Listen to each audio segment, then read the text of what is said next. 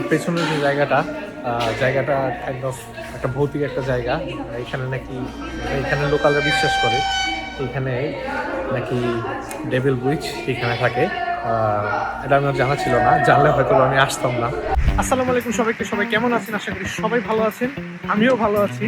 বাইরে প্রচুর বৃষ্টি, কিন্তু থামা যাবে না।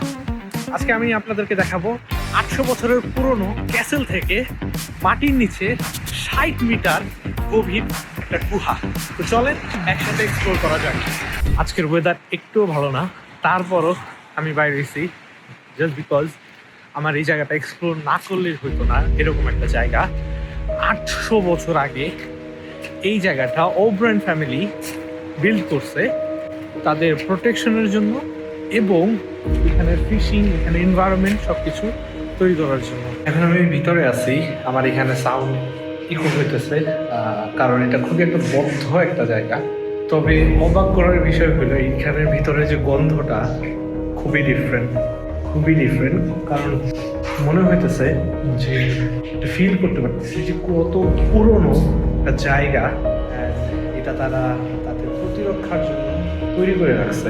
এতক্ষণ যে জিনিসটা দেখলেন সেটা হচ্ছে 1600 শতাব্দীর দিকে যখন এখানে ব্রিটিশরা আক্রমণ করে, তখন এই ক্যাসেলের চারিপাশে যেহেতু ড্রোন সিস্টেম ছিল না, টেকনোলজি ছিল না, তারা এরকম বড় একটা ম্যাপ তৈরি করে তারা মার্ক করতো যে সৈন্যরা কোথায় আছে এবং কই কই থেকে তারা আক্রমণ করতেছে, যেগুলো তারা বড় বড় দুর্গের উপর থেকে নেভিগেট করতো বাইনোকুলারের মাধ্যমে এবং তাদের সৈন্যদের সঠিকভাবে গাইড করতো যে কিভাবে আক্রমণ করতে হবে।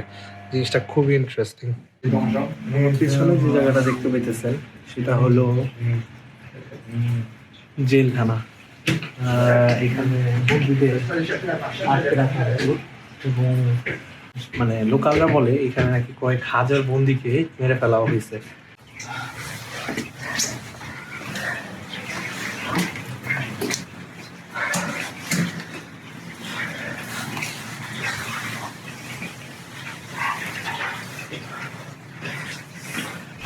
বাইরে প্রচুর বৃষ্টি আর এখন আমি আসছি কেভে।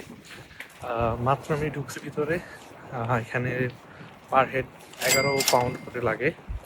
তো আমি যেহেতু আমার মামার সাথে আসছি সেহেতু আমাদের দুজনের 22 পাউন্ড লাগছে ভিতরে ঢুকতে। প্রচুর বৃষ্টি, বাট প্রচুর এক্সাইটেড ভিতরে দেখার জন্য যে কি এনভায়রনমেন্ট এখন কেভের ভিতরে। চলেন দেখা যাক। ট্রিপের সাথে আজকে আমাদের একটা ট্যুর গাইড আছে, সে আমাদের ভিতরের জিনিসগুলো সব কিছু ঘুরে ঘুরে দেখাবে এবং এক্সপ্লেন করবে যে হিস্ট্রিটা কি। দেখতেই পারতেছেন আশেপাশে প্রচুর বৃষ্টি, ওয়েদার প্রচুর খারাপ, but still we have to make it. তো আমাদের ট্যুর গাইড একটা ছোটোখাটো একটা ব্রিফিং দিয়ে দিল। এখন সবাই আমার পেছনে দেখতে পারতেছেন, সবাই পিছন দিয়ে ঢুকতেছে। তো এখন আমরা ভিতরে যাব and then আপনাদেরকে দেখাবো।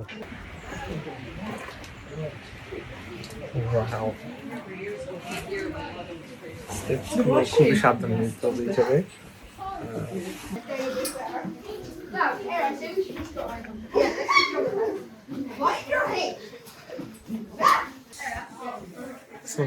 ঢুকতেই একটা প্রবলেম দেখলাম যে যদি আপনারা আমার মতো লম্বা হন তাহলে কাউচ করে ঢুকতে হবে, কারণ এখানে দেখতে পারতেছেন যে খুবই ন্যারো একটা জায়গা। অ্যান্ড বিশেষ করে যদি আপনারা ক্লস্ট্রোফোবিক হন তাহলে একটু সাবধান, আগে চিন্তা ভাবনা করে তারপরে আসবেন এখানে। বাট সো ফার খুবই ইন্টারেস্টিং একটা জায়গা লাগতেছে। অ্যান্ড নিচে আমরা আজকে প্রায় 60 মিটার নিচে যাব। তো ওইখানের দৃশ্য, ওইখানে কীরকম এনভায়রনমেন্টটা কীরকম থাকে সেটা আপনাদেরকে দেখাবো। আর দেখতে পাচ্ছেন যে এখানে পাথর বেয়ে পানি পড়তেছে।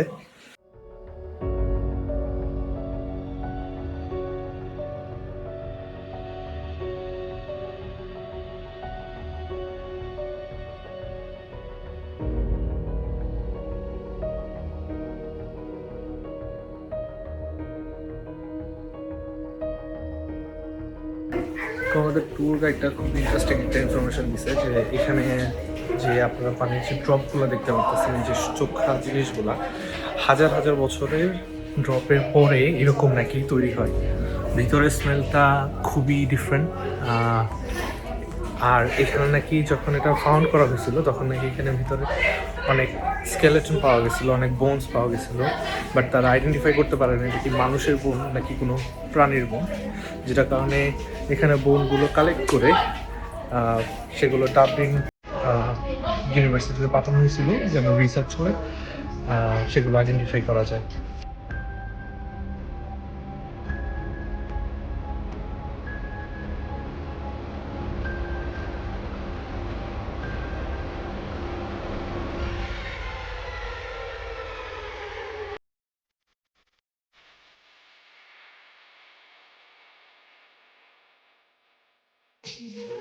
তো উপর থেকে যেই পানিগুলো পড়ার পরে যেই একটা পানির পাথরের মতো সৃষ্টি হয় উপর থেকে, যেটা আসে সেটাকে বলে স্ট্যালিকটাইট, অ্যান্ড যেটা নিচে থেকে উপরের দিকে উঠে সেটাকে বলে স্ট্যালিগমাইট। আমি আপনাদেরকে সামনে আরো ক্লিয়ারভাবে দেখাবো।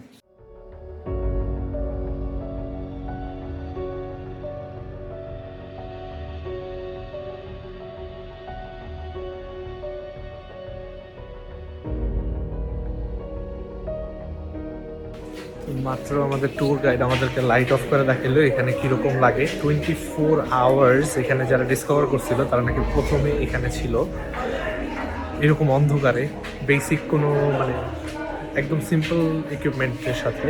অ্যান্ড ঠিক ওই পিছনটায় নাকি আরও 4টা এক্সিট আছে, বাট আজ পর্যন্ত নাকি সেটা ডিসকভার করা হয় নাই। কতটা ইন্টারেস্টিং। ঠিক এই জিনিসটা যেটা দেখতেছেন এটা হচ্ছে স্ট্যালিগমাইট এবং সাইট, সেটা একসাথে হয়ে একটা পিলার তৈরি হয়েছে। এটা হয়তো কয়েক হাজার বছরের দরকার।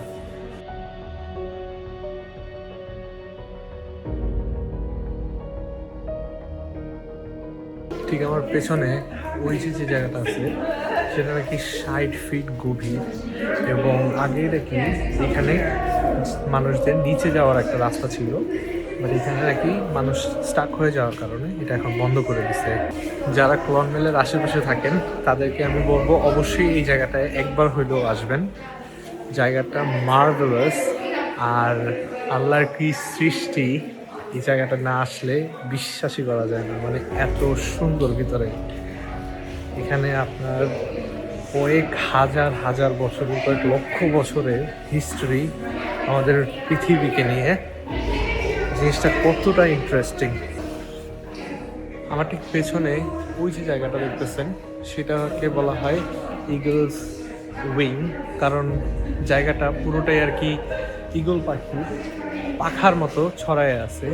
অ্যান্ড এই জিনিসটা নাকি 1000 বছরে মাত্র 2 সেন্টিমিটার বড় হয়। তাহলে চিন্তা করেন 2 সেন্টিমিটার মধ্যে কয়েক হাজার বছর ধরে এই জিনিসটা এখানে থাকতে থাকতে বিল্ড হয়েছে। এই কেভে আসার পরে একটা জিনিস মনে পড়ে গেল যে রিসেন্টলি আমি একটা সিরিজ দেখছিলাম, দ্য কেভ রেস্কিউ, যেটাতে নাকি থাইল্যান্ডের 11 জন ফুটবল প্লেয়ার একটা লোকাল ক্লাবের তারা আটকে যায় এবং তাদেরকে এখান থেকে এভাবে উদ্ধার করা হয়েছিল। ডিফারেন্ট কেভ থাইল্যান্ডে, বাট ভিতরের জিনিসটা খুবই অ্যামেজিং এবং মানে ওই ভাইবটা দিতেছে, খুব স্কেরি, খুব গুজবাম্পস আসতেছে। জায়গাটা কাইন্ড অফ ভৌতিকও। আমার পেছনের যে জায়গাটা কাইন্ড অফ একটা ভৌতিক একটা জায়গা। এখানে লোকালরা বিশ্বাস করে এখানে নাকি ডেভিল উইচ এখানে থাকে। এটা আমার জানা ছিল না, জানলে হয়তো আমি আসতাম না, বাট খুবই অ্যামেজিং লাগতেছে।